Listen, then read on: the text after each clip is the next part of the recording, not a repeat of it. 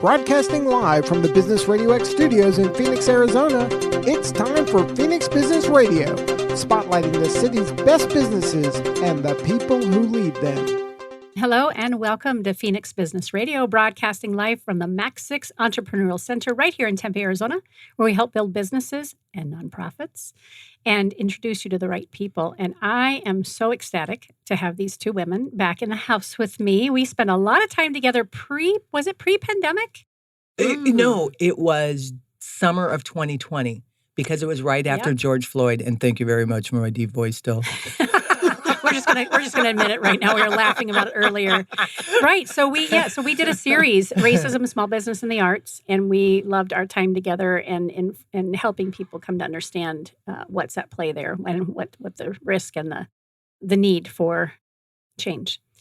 And today's conversation is about a new show that's coming up at the Emerson Collaborative Theater. So let me properly introduce my two dear friends, Karen Loomis, marketing consultant, No Moss Brands. Karen, welcome back to the studio. Yay, it's good to be here. Yeah, we get to see each other on social media, but it's always quick little, hello, this and that. And right. Love you, miss you, bye. Yeah. And Camilla Ross, executive director for the Emerson Theater Collaborative. Good morning. I'm glad to be back. She's got her radio voice on today. Oh yeah, you got to have that. She went up a level to compliment my low tone today. And Karen went real low, and I'm like, oh my gosh. I love it. And Camilla lives in Sedona, and that's where the Emerson Collaborative Theater is. Yeah, we have Emerson Theater Collaborative in the village of Oak Creek, which is really great. We've been there now for 6 years, and we still operate on the East Coast as well. Mystic, Connecticut still. So we're going to be 15 years old. Wow. Yeah. I didn't realize it's already been 6 years. Yeah. And if you haven't been up to the theater for a performance, it is such a great experience. I brought Ivan up, I think around that time that we're all working together. And my 15-year-old at the time was, 13? Didn't know what he was up for, but he couldn't stop talking about the performance and the experience on the way home. It was one of those really rich cultural as well as, entertainment experiences. So thank you for providing that. Can you talk a little bit about the theater and who it is that you like to highlight, why you do what you do? Let's have the background before we talk about this particular show. Emerson Theater Collaborative has been around for 15 years, and we really try to make an emphasis on people, underrepresented communities of people and their stories. And so we look at, in a given season, we look at women. We pull shows about women, for women. And Emerson actually is a all-woman founded company. Which is awesome. And so our season encompasses all of those works that are original in nature. Sometimes we'll do one that's not original, but for the most part, we try to do the original stuff, which is what Sell Me, I'm from North Korea is all about. It's another original work written by Sora Baek.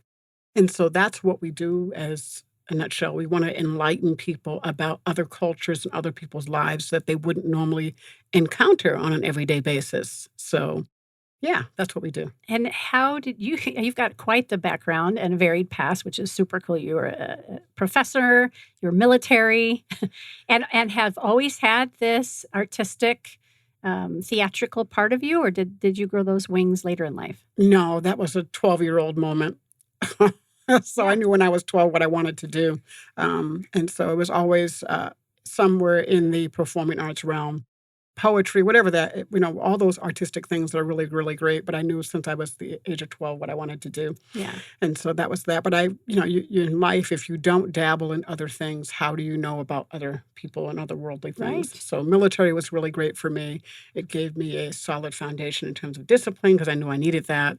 And so, you do that. And teaching, what a great experience. I've taught in the prisons. I've taught, I continue to teach for... Accounting, financial planning, I can't remember. It's finance. So I have an MBA in finance, but I have the privilege of teaching at Three Rivers Community College in Norwich, Connecticut, and I've been there since 2005. Yeah. But when I moved to Sedona, they allowed me to still teach, which I really, really enjoy. And this semester I've got finance class, and then next semester I've got personal finance and hopefully cost accounting.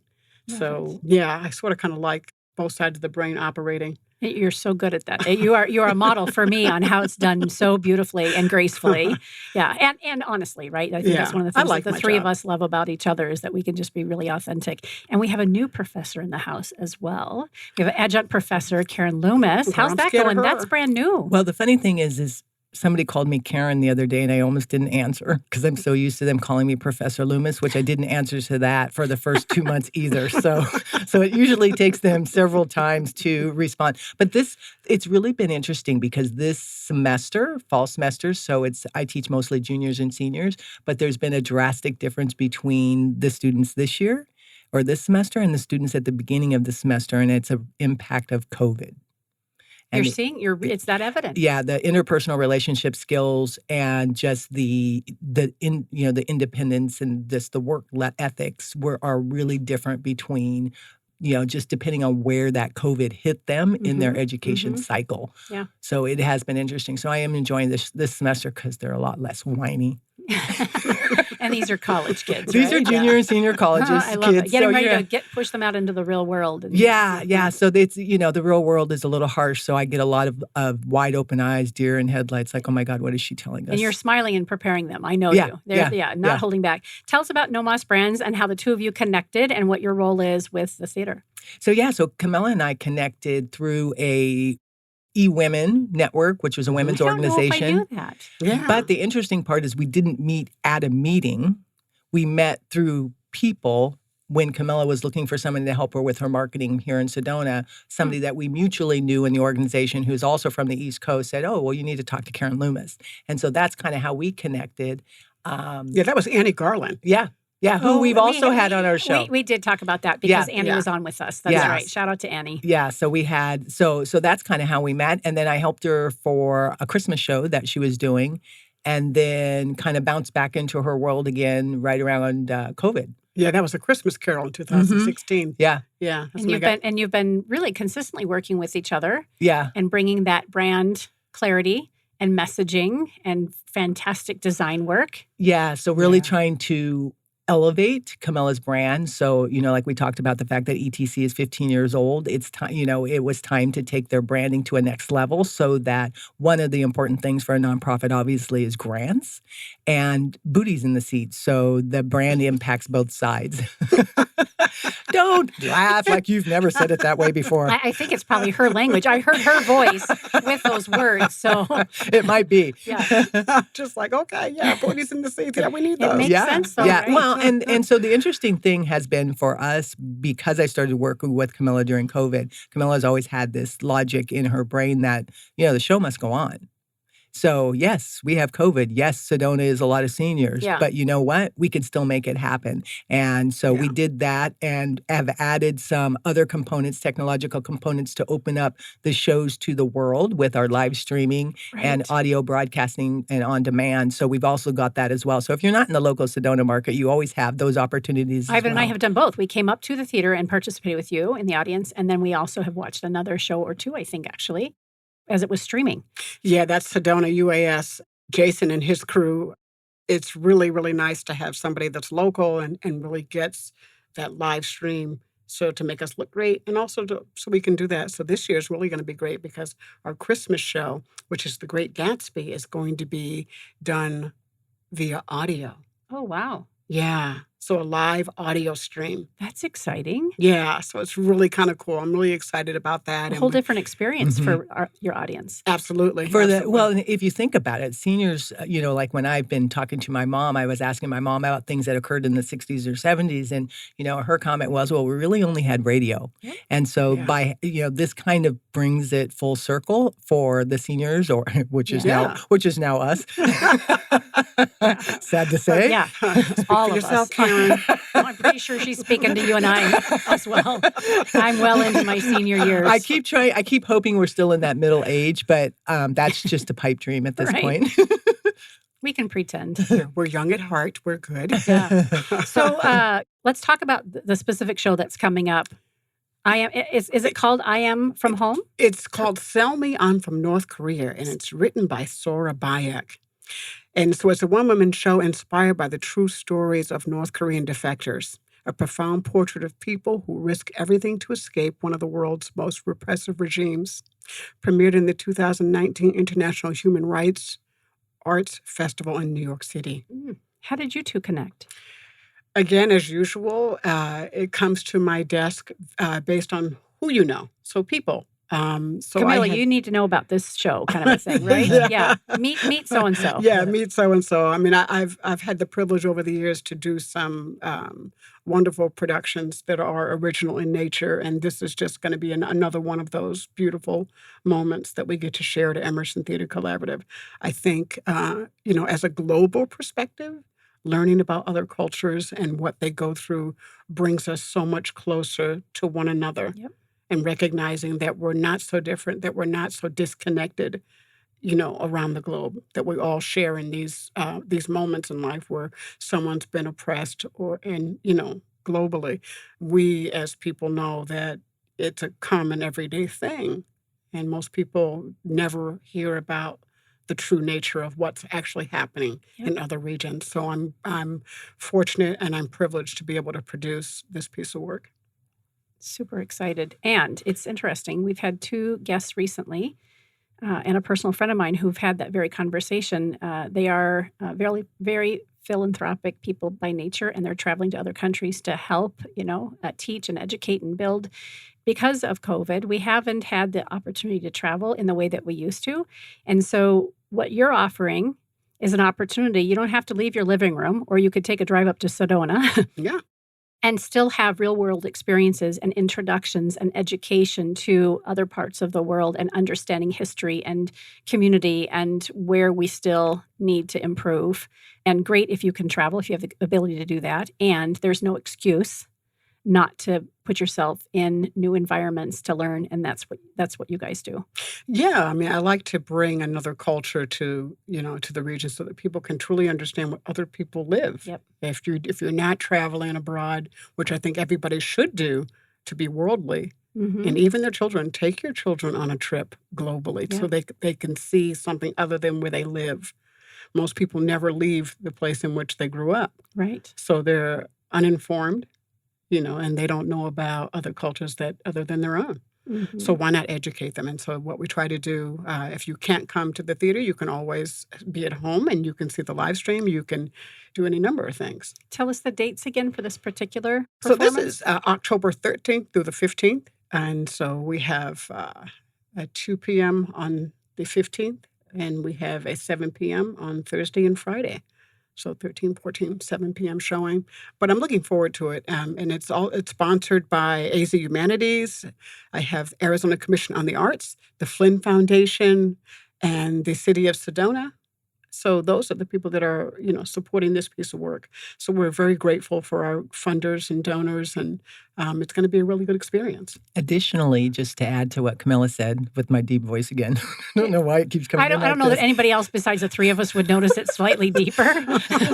So you don't have to mention it again. It just freaks me out. I know. Actually, it's also, listening, right? Because you haven't done this in a while, at least with us. So. That's true. But the show will also be available on demand through the end of the month. So even if those couple dates don't work for you, the on demand doesn't work, or going in watching in theater doesn't work, you can still watch it on demand over the rest of the month. So maybe put that in your calendar as well. We're so I'm looking at Camilla's phone because we're expecting another guest to join us remotely, and she says she's in the room. I'll hand this to you. I can't see. It's pretty small. For my senior eyes. For your middle-aged eyes. For my senior eyes. So what we're hoping, of course, that Sora can join us. And so we're working out some technical difficulties. We'll let Daryl handle that while we continue to chat. And Daryl, maybe if you can ask her just to text your phone number so we can talk to her. Yes, this is Daryl. Can I get your phone number so we can, get you connected? All right. So, folks. Daryl loves having 3 women tell him what to do. He's gotten very used to it. And I'm also finally good about Daryl telling me what to do, too. So I've got it. I want to go, if we could, let's back up a little bit. Karen kind of mentioned, and we've alluded to it when you talked about sponsors and donors, that the theater is a 501c3, that the Collaborative Theater is a 501c3. We are a nonprofit organization. And so many people think that, as nonprofits, that we're not in need. We are greatly in need of support and funding for not only our seasonal work, but being able to hire people and to keep them employed and things of that sort. So we as an organization are always looking for funders that support work that's global, that brings an emphasis on the underrepresented members of the community, it's important that they understand the value of the work that we do. Mhm. Our ticket price does not even cover not minute anything. Mhm. So It gets people. It gets those butts in seats. yeah, It gets people. that's, Yeah. that's pretty much it. Yeah. But it doesn't keep my doors open. It doesn't keep my people employed. And so I want people to know that supporting arts in general, performing arts, is so important. Mhm. Our kids need that.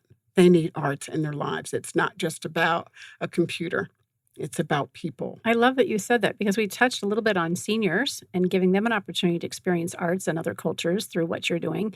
And also, I know that you have this big love for kids. You do summer camps and all those things. And Yeah. it's critical that at those early ages, we encourage the arts, right? I mean, so much of our focus in school is STEM based, and that's fine. Right. We try to push the STEAM, the A in STEAM is arts. And yet, schools are cutting programs for obviously the physical activity in addition to the arts and those sorts of things. And They don't know how important that is. I mean, our kids really need it's arts-related how we content. learn. It's how, Yeah. right? We learn through story. We learn through images and visuals. And so it's important that if the kids are not getting this consistently in school or in their own communities, that mom and dad are looking beyond their community. Where else can we go to learn and expand and have these introductions? Yeah, I mean, our kids are born with gifts. Some of them are scientific in nature, some of them are artistic in nature. You have to realize that child may be born with artistic, qualities, and so you want to enhance those, you want to support them, and you want to increase those on a daily basis for them so that they can function in the world. Mm-hmm. Not everybody functions in the scientific realm. Yeah. They And function artistically. why did you choose, I don't know if it's appropriate to ask this, and you can tell me, let's pick a different question, but why did you choose to go the nonprofit route with the Emerson? Just curious. I think it's because it's most people don't consider the arts to be, a profitable moment. It Mhm. really is a nonprofit organization. And all of us, we're all volunteers. I feel so much better about being a volunteer through the organization as opposed to receiving that salary. I can take that money and do so much more with it by hiring somebody else, that needs to be hired, by being able to have the artistic reach that I'm having with the cultural shows that I do. I would prefer to give back, my time in that way. Always giving back. Yeah. And the more I give, the more I seem to always get.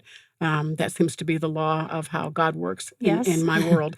And so I'm really appreciative. And it just allows me to stay humble. Yeah. Karen, when you work with folks with branding and marketing, it isn't often nonprofits. It's usually large corporations and industries. So how is this yes different? and no. Yeah. So since 2020, that was kind of a real pivotal year for me. I shifted to really put where I spend much more time doing things that are social change versus being focused on corporate Okay, good. profit, because my skills can be used for good or they can be used for bad.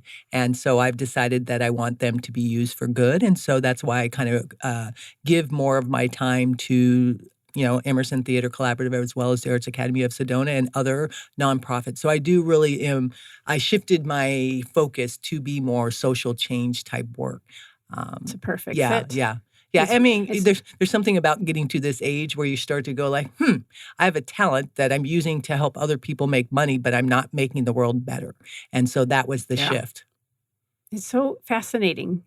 The more I get in alignment with my purpose and my passion, the more these conversations are similar. Again, I mentioned a couple of the conversations around people traveling abroad and giving back in a really big way universally. And they've said the same thing. I've worked hard all my life. I've made millions of dollars. And now I'm looking at myself in the mirror at the age that I am. And I'm saying, what else can I do? Where am I being called to serve? Yeah, I love that. Yeah. I think that's also one of the things that we don't really support in children. We try to get them volunteering and doing other things and but there's other ways to do it. But I don't know if we push people towards that occupation enough. Yeah, the service industry, it's so necessary. I mean, I Yeah. grew up with 2 nurses, so for me, serving was It's the natural. order of the day. Yep. And so my parents always instilled serving others before serving yourself. Mhm. And they were great examples of that because they were both nurses. They, did their time. Yeah. And so when they got ready to retire, and it's like, retire? My dad retired, and then 6 years later, he was gone. So for me, he spent his life serving people. as well did my mother. So service is, is order of the day. I appreciate that explanation as to why it's a nonprofit. And of course, it speaks volumes about who you are. I don't know if I never knew that. Can you talk about this gorgeous sweater jacket that you're wearing? You guys, I love this. The woman who created this is the Got to Stop LLC. Erica Lucille Ewing, she is a activist, but this is her fashion activism line, which I just think is outstanding. Okay, got to stop poverty, got to stop gentrification, got to stop gun violence, got to Prejudice, stop racism, sex trafficking. Yep. human sex trafficking. What an amazing concept. It's just fabulous, and she's extraordinary. That's where these are from too? Yeah. Look what Camilla brought me. Woohoo! These I've got are my so own great. Got to Stop socks. Deet, deet, deet, deet. I'm super excited. Yeah. Thank I you. think Ivan's going to steal those. He will. I just, when I saw them come out, I went, oh, those have Ivan written all over them. And Erica's in Sedona. We did a show on Sunday called The Awesome Difficult Work of Love. It was an original piece created alongside the Sedona International City of Peace for their Arts for Peace Week. So Erica came and her clothing line is at Just Us Girls in Sedona at Tlaquepaque. Mm-hmm. That's where her clothing line is. And I just think she's extraordinary. And so the Awesome Difficult Work of Love. What a great the music title. Was created by the renowned Adrienne Torf out of San Francisco. She came and we had 8 storytellers, which were people, and telling their stories, telling their life stories about who they are. Yeah, and their awesome, difficult story. Their awesome, difficult work of learning to love yourself. Oh, no matter I literally what. said that to you when we gave a hug to each other in the green room because we haven't seen each other for so long. Yeah. And I said, I am finally at a place in my life that I know I love myself wholly and completely. Yeah. So it was a wonderful experience. And Adrienne's just beautiful. But our 8 storytellers did an amazing job. Is that one available post-production? They have recorded it, but it is being compiled. And I don't know what the end result will be for that. Keep me posted if you find out that it's available for purchase. I'm very curious. I'm so busy. I don't typically, unless you guys reach out to me and say, "Hey, we need a spot." I'm not aware of what's going on, so I really am excited about that. Daryl, how we doing? Is she joining us? Oh, yay! Oh, hooray! outstanding. Good. So Sora there was a is here. mix-up on which platform for her to land on. So there she is in the green room. We're going to bring you in just a second. So pleased that you can join us, Sora. Yay! Thank you for hanging in there with us. We won't have our audience sit with us as we figure out what the heck happened. But I'm Karen, by the way, the other Karen. Hi, Karen. So good to meet you. Likewise. So we've done a lot of catching up. We've talked a little bit about what's going on in Camilla and Karen's world. We want to focus, if it's okay, on you and what you're up to. If you could please introduce yourself, and we've got plenty of time, and then tell us a little bit about this particular performance and why it's so important and special. Oh, wow. That's a lot. You can chuck it down. Thank you so much for having me on, and so good to see you, all of you. I am very honored. So my name is Sora Baek. I'm the writer and performer and producer of a solo show called Sell Me. I am from North Korea, which is based on true stories of North Korean women defectors. I started performing the show right before the pandemic, and the pandemic started. I recorded my show, and I've been virtually performing at different colleges and different fringe festivals. As a matter of fact, I just finished Vancouver, Ukraine, which was really sensational. I got to meet other artists a lot and talk about what is happening there or what was happening there. And I'm currently doing Philly Fringe. And in October, I'm flying to Sedona, the beautiful place, and we'll be able to share my work at Emerson Theater Collective. And I'm very, very honored for the opportunity that Camilla has been offered. And she's been so great the whole way. And I am really, really grateful. Yeah, well, for sure. Talk about the story itself. So Sell Me, what does that mean? I'm making up some things in my mind, but tell us about the title. You might be right about that. I probably am, but let's make sure. It's about a girl, 15-year-old girl. One day she decides to sell herself to save money to buy her mother's medications, her dying mother's medication. And by selling, what she means is that because she's so innocent and young, her way of making money is, I'm going to sell myself. I heard a story that I can sell myself to a rich Chinese guy across the river so that I can send money to my mom so that she can save herself. So that's the whole promise of the story. And that's how her journey starts. And I don't know how much I want to share what happens after that. You decide. What is it? You decide. You can tell as much and save some for, of course, the performance. How common is that of a situation that a child would make this decision to survive and to help family? So according to my research, because I focus a lot on North Korean women defectors, and they tend to be younger generations, because if you're over certain ages, you are not really, no one wants to buy you. So in my research, it was a lot more than what I wanted to see, what I want to admit. Yeah.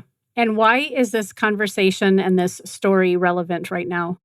Because I've noticed that, first of all, this is a lot. Coming from a very hectic place of how do I get on?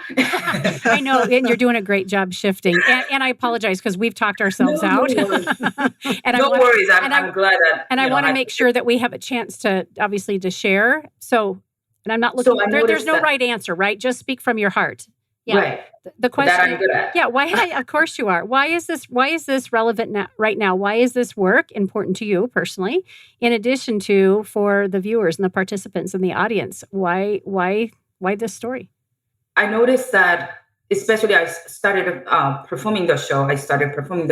I noticed that when people think of North Korea, especially just general American audience members, people tend to automatically go to nuclear weapons when they think of North Korea. Nuclear weapons, their leaders, strange leaders, and also military parades. But I want people to know that there are people just like us in North Korea, and they need our help. We could have been them, and they could have been us looking at us in North Korea. And they need our help. And I want people to see themselves in the people in North Korea and have a will to help them. Camilla was saying something similar, a little bit broader, right, around the whole reason why she runs the collaborative the way that she does.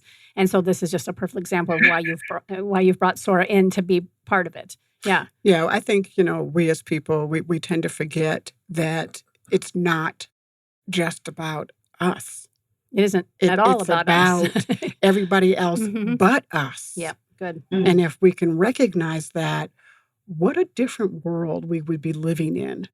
What our children would experience, growing up in different countries, different places. Well, here. And even here. I mean, let's be real. But that's my point.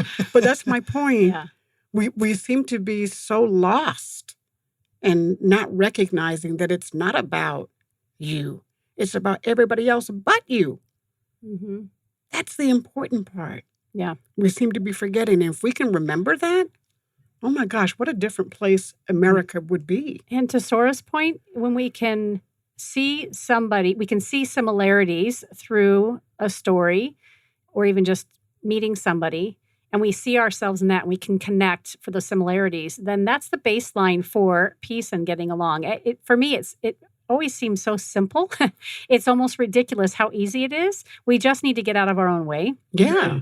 And see that, whether someone is from a different part of the world, speaks a different language, if we always look for the commonalities and use that as the baseline, we're good.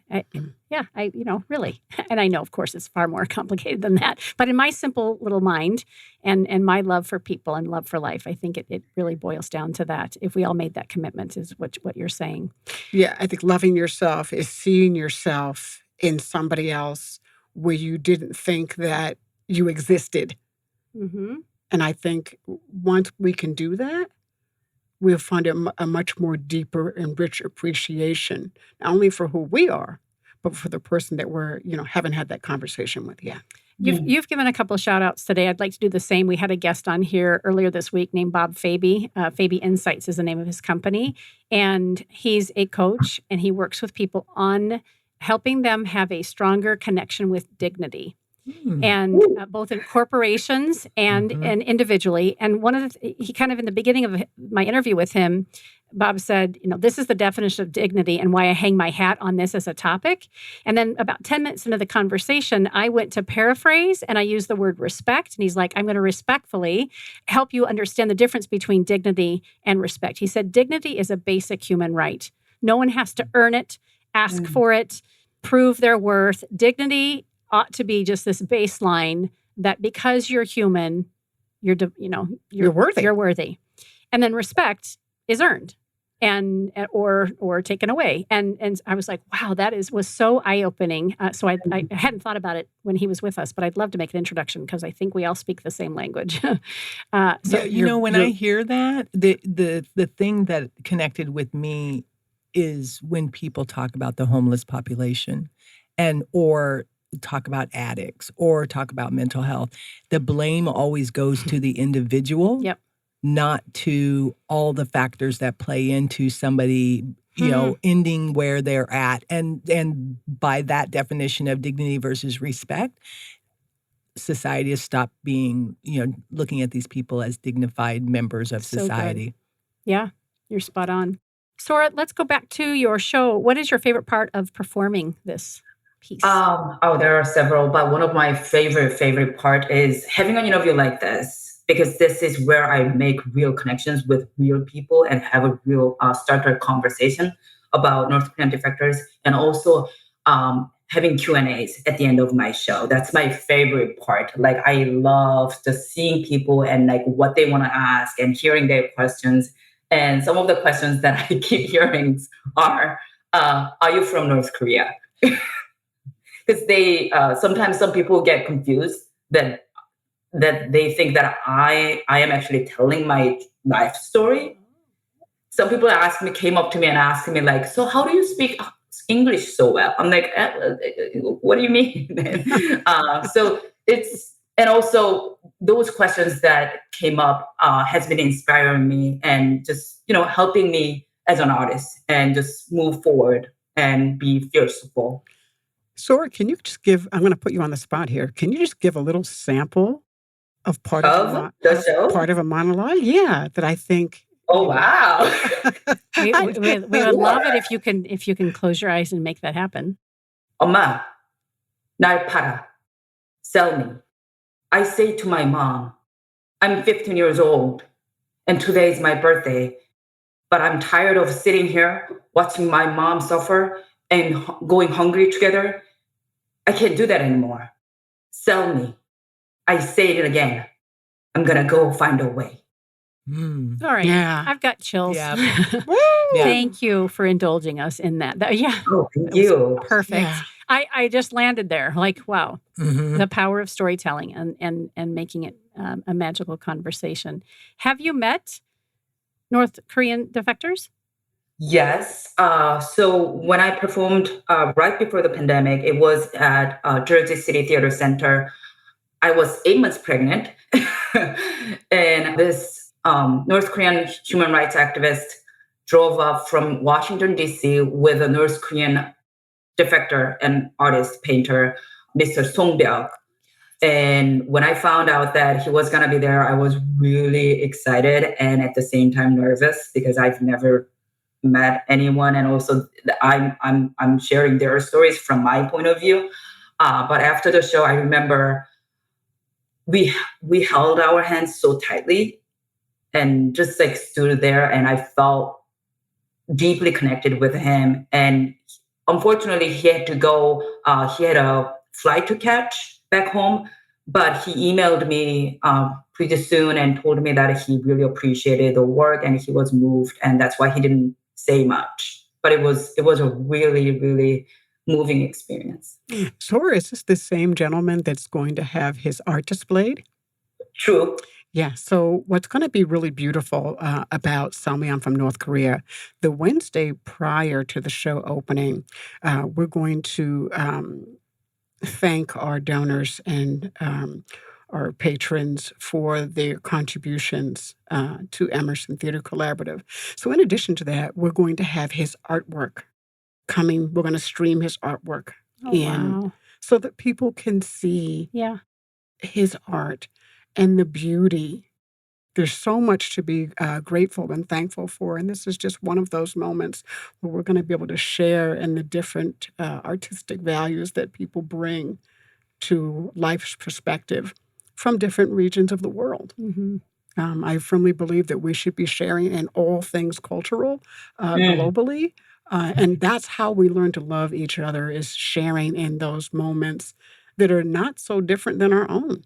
Right. And so to be able to have his work come in that way, and I'm so excited, you guys. I can't tell you what this does for me, sharing the global perspective with other people who wouldn't normally have it.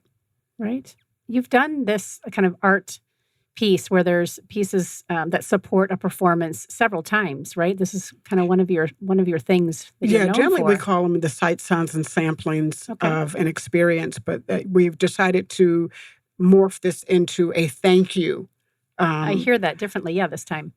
Differently this time, because we're so grateful for our grantors and our sponsors and our patrons and our people who donate, year after year for the work that we're trying to accomplish. And I can tell you that we as an organization could not do the work we do without our grantors, without our donors, and our patrons. We could not do it. Right. And so to say thank you, we're just going to do that. And we feel so much more that's coming down the pike because of it.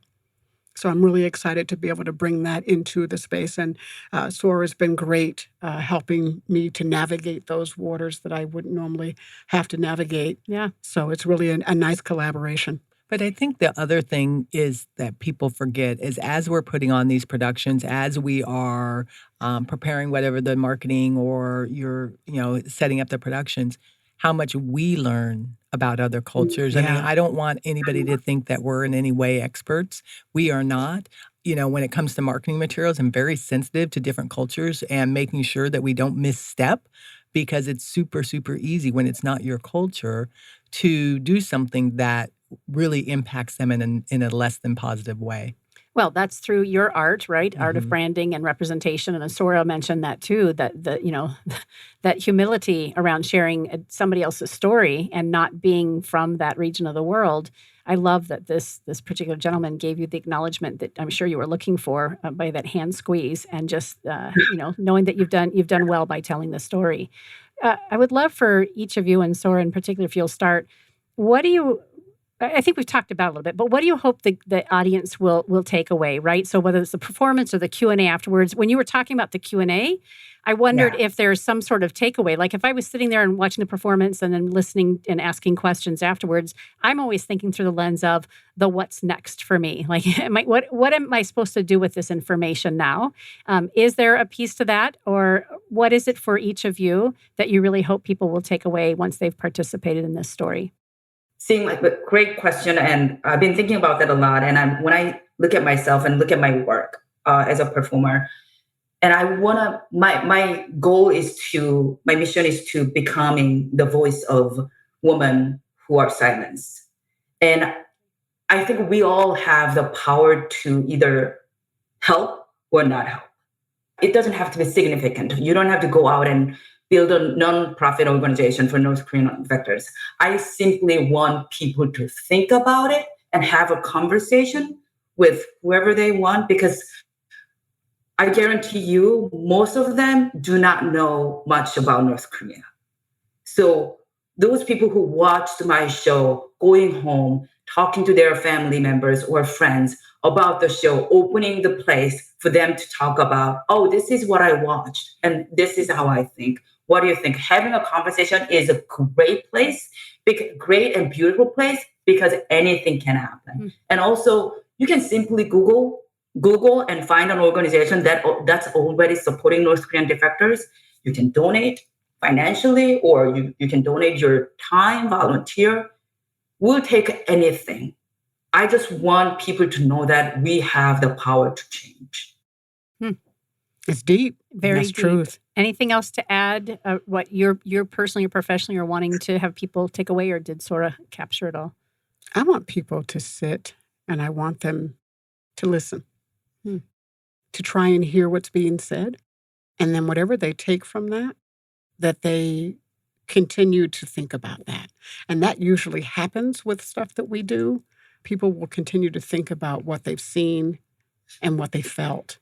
I'm having a flashback to probably many conversations we've had when the two of you have been on with us before. And I feel like I remember something similar that you've shared. When these stories are told and we feel uncomfortable in what we're listening to or witnessing and hearing, that's the invitation to listen deeper and let that be okay, that this doesn't feel very good, perhaps. Am I making that up, or we had that conversation it's true, before? because I say it often. I want people, when they sit in it, to become very uncomfortable. Yeah. Because if you're comfortable and you're listening to it and you feel comfortable, then I've got a problem. Okay, and you should have a problem too. Because at any given moment, this can happen to you. And I think sometimes American people think that they're exempt. You're not exempt. And at any given moment, your life can change. Very uncomfortable. Welcome to COVID. Yeah. Mm-hmm. I tell people, COVID leveled the playing field for everybody. Okay? Ain't nobody had no money. Ain't nobody had no job. Okay? And they thought their money was going to save them. No, it's not. You're not exempt. You're not immune. Welcome to COVID. Okay? And so I just think people really need to just let go, let loose, be open for change, because that's the only thing that's going to change the dynamic of the world in which we live in, where women are honored and children are sacred and every life is sacred. So we need to start thinking about that every life is sacred. And that no one is immune. Mm-hmm. Beautiful. Karen, add to that. I'm sure you've got something. So one of the beautiful things about being a college professor is I get a chance to speak to kids when they're just separating from their family's viewpoints. And they don't recognize it right now, that they are still very entangled in whatever their upbringing's perspective. Mm-hmm. So one of the things that I encourage them to do is, as college students, if somebody invites you to their home for the holidays or Thanksgiving or whatever, go. That's an opportunity to experience another culture, another way that families celebrate that may be different from your own, because I think we just all assume everybody lives a life very similar to us, when sometimes the simplest things amaze you. I remember when I moved here from Spokane in 2000, the thing that amazed me the most about Phoenix was how long those yellow lights are. Who knew that yellow lights were timed differently in different cities? It's a thing here. It's amazing. So that tiny little piece of, every city USA doesn't have the same 1 second yellow light, that you can have 10-second yellow lights in Phoenix and you can just go, yellow, I can make it.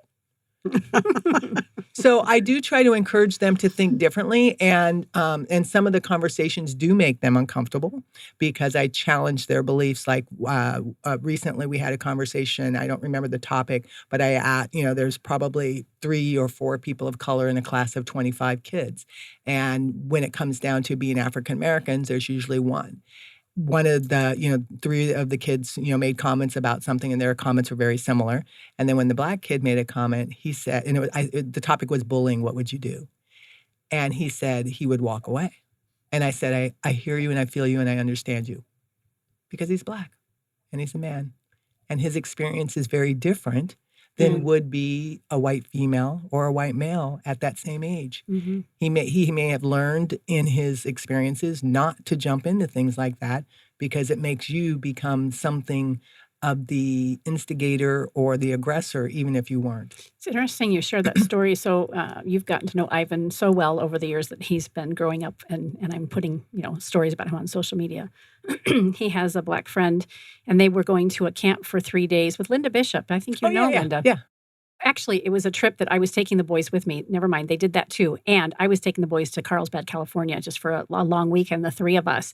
And Heather pulled me aside and said, I don't know that I need to say this to you out loud. However, I want you to know that he's going to be hyper vigilant when he's not standing right next to you. If the boys, walk up the beach and they go to the boardwalk or they do this, I've taught him to be aware of his surroundings and to behave with, utmost respect and character. And if Ivan's goofing off, they're likely not going to look at Ivan as if Ivan's the one who screwed up. They're going to look to my son. And you're nodding your head yes. And I hope Heather wouldn't mind me sharing that. But as a Caucasian woman, and having spent time, again, learning and being educated by the two of you and how different really our realities are, I was grateful that she helped me have that insight so I could show up as a guardian for him a little bit differently. So anyway, it just makes me think of that when you share that story. Yeah, and I think it's important that at that age, when they have the opportunity to expand their thinking and their perspective beyond their parents. Mm-hmm. I mean, we all live at, again, not to mention our age or anything, but at some point we all had that separation where we realized our parents aren't everything. They don't know everything. They make mistakes. They're humans just like the rest of us. And so, if I can have any influence on these kids at that earliest stage when they're just starting to spring from the nest, encourage them to just question. Mm-hmm. I've always told my son to question authority. I've always allowed him to just be who he is. And what's beautiful about my son is that he thinks for himself. Mm-hmm. He does not take my opinion as gospel. And he moves the mountain, if you will. He will question authority. He doesn't always think everybody's bad or everybody's good. He opens himself up to learning and to feeling. And he's not afraid of his emotions. And I so honor that in him. And I wonder where he got that. Yeah, right. But Ivan's a little bit like that, too. Oh, for sure. He's much younger, and he's on the early stages. I mean, and he's already challenging you like most teens would at this point. Yes. But he's learning a lot from you at the same time, as well as having a Black friend will teach him a lot. Mm-hmm. Yeah.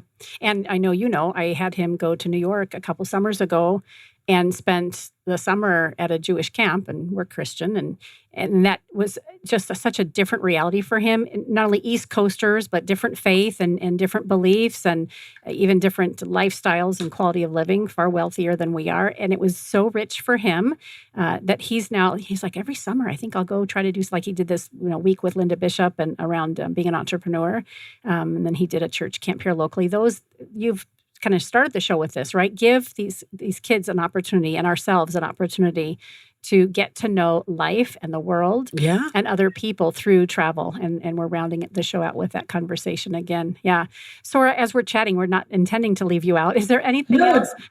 You can jump in there anytime. Yeah. Anything else about your show, your work as an artist that you'd like to share with our listeners before we close out the show? And we've got several minutes.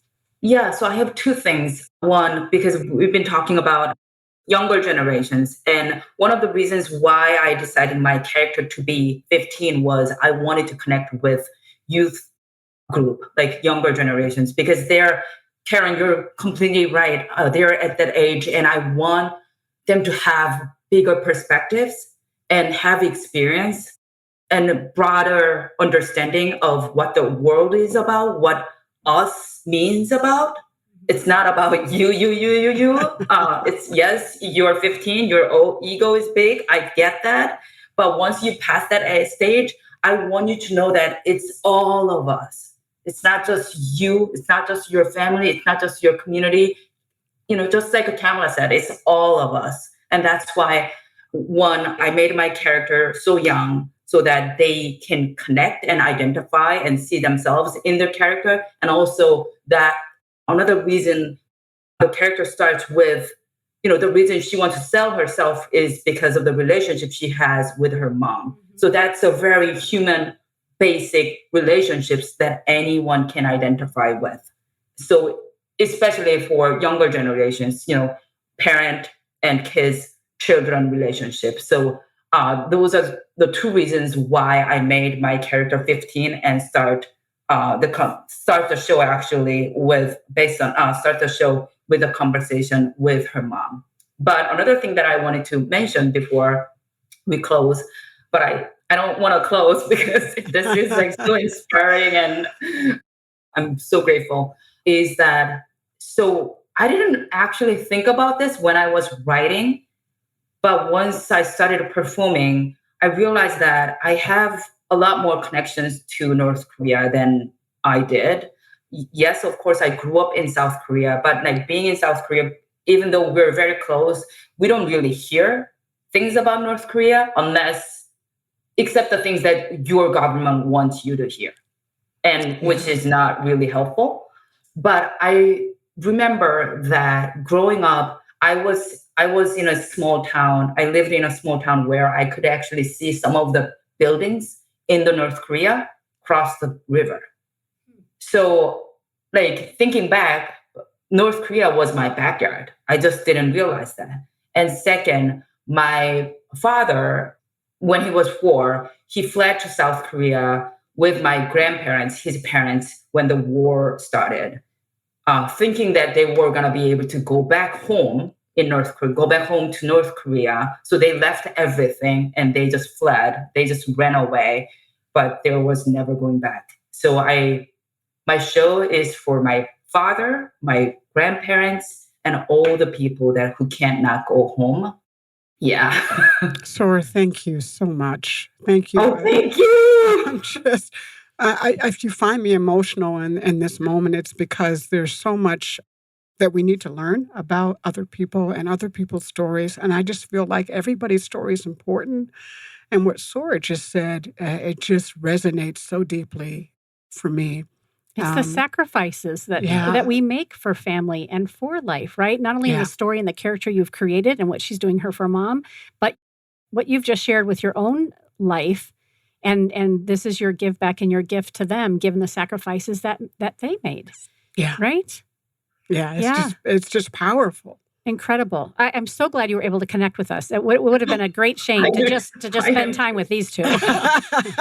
Just kidding. I love it. I really, really miss both these ladies. Sora, before we go, I'm looking at your bio, and I don't typically read them, but I feel like it's necessary because we really didn't have a chance to highlight the incredible work that you've done. Sora is an award-winning actor, writer, and producer from South Korea. She has been featured on News 12. Never mind. News 12, New Jersey. Thank you. I literally got stuck on the N and the J and couldn't find words for it. Wow. Whatever. I'm an actor, so I memorize things. So I memorize my bio. Listen, I wanted to be an actress when I was little, right? The 12-year-old moment. I always...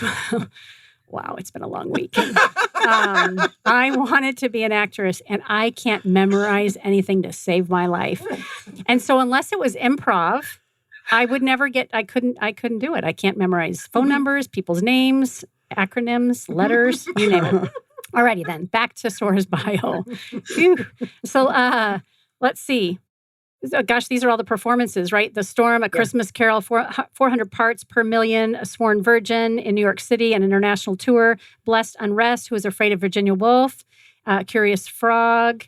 Sora received the Best Actress at the Epidemic Film Festival in San Francisco. Congratulations to that. Thank you. That's my hometown. I grew up in that area. Beautiful. In Belmont. Yep, just a little suburb of San Francisco. I lived in Fremont for 10 years. Oh, okay. Yeah. Very good. And she works with Only Make Believe, which is in New York, where she creates interactive theater with children in hospitals and care facilities. She's an associate member of the internationally acclaimed theater company, Blessed Unrest. And you can find out more about Sora at her website, which is Sora Baek. Is that how you pronounce your last name? Yeah. B-A, it's on the screen there, BAEK.com. Woo. We'll have that in the show notes for you as well. And then, so I'm glad we got to squeeze that all in because you're obviously an amazing woman. Karen, can you share where folks can stay in touch with you and learn more about No Moss Brands? I have a website, www.nomossbrands.com. So you can go visit there, or you can catch me on social media as well, or in LinkedIn. And I'm a huge cheerleader for Karen, as she is for me, and more so Ivan. I think I'm just like secondary to Ivan because she adores him. If you have not seen Karen Loomis's work at No Moss Brands, go check out the website. Really a fine graphic artist and understander of all things branding and marketing. She's the best. I just want to chime in there because I really appreciated the graphic that Karen created for my show. I was literally, when she sent me very first draft, I was completely blown away. I'm like, this is exactly what I dreamt last night. Oh. So, and she understood where I was coming from. She was very careful about my culture and my understanding of the images and colors. So I really appreciate what you created, and just beautiful. Well, thank you. I appreciate you giving me all the information I needed to make it work. But that's what we're talking about, because we don't know about the other cultures, and it's beautiful when we collaborate that we get that full understanding so that we're not inept in making those wrong decisions about other people's cultures. And that's called listening, and that's called learning. Mm-hmm. And that's called respect. Another full circle moment. Yeah. Karen, tell us where we can stay in touch with you professionally in addition to Emerson Theater Collaborative. Well, Camilla, you can find us on www.emersontheatercollaborative.org. That's our website. And like I said, all of my work is just greatly enhanced by No Moss Brands. Karen Loomis is our graphic designer, so she makes us look fabulous. And I'll tell you what, she's done an extraordinary job for our company, because our branding is just right up there, and it's just on point. Okay, so if you need a good graphic designer, Karen Loomis at No Moss Brands. I'm here. Good. Thank you. Thank you again, all three of you, for being here. And I apologize for the hiccup in getting you on the right platform. So I'm glad you landed. And thank you to Daryl, who's behind scenes here to make sure that happened. Thank you, Daryl. He's a champ. Thank you, Daryl. Yeah. Listen, you've been hanging out with us on Phoenix Business Radio, broadcasting live from the Entrepreneurial Center at Mac 6. Wow. Something like that. Somewhere over the rainbow. Right? It's been a rainbow week. I wish upon a star. Oh my God. I so wish I was there with you guys. You are here with us. And you're getting the full Karen Camilla experience. Amazing. Join us next time, whenever that is. I don't know. Some media leans left, some lean right, and we lean business and the arts. We'll see you next time.